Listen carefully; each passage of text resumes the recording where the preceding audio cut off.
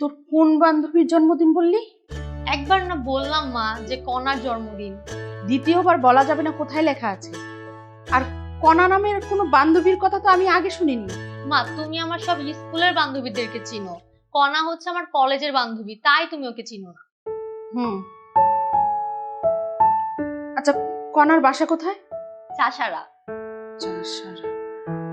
আর কে কে যাবে তোর সাথে? সুমাইয়া, মিলি, নীলা ওরা সবাই যাবে। আচ্ছা ঠিক আছে, যা, কিন্তু সন্ধ্যার আগে বাসায় চলে আসবি বলে দিলাম। ঠিক আছে, সন্ধ্যার আগেই বাসায় আসবো। এখন টাকাটা দাও। কিসের টাকা? কালকে রাতে না তোমাকে বললাম। গতকাল রাতে তুই কি বলেছিস আমার মনে নেই।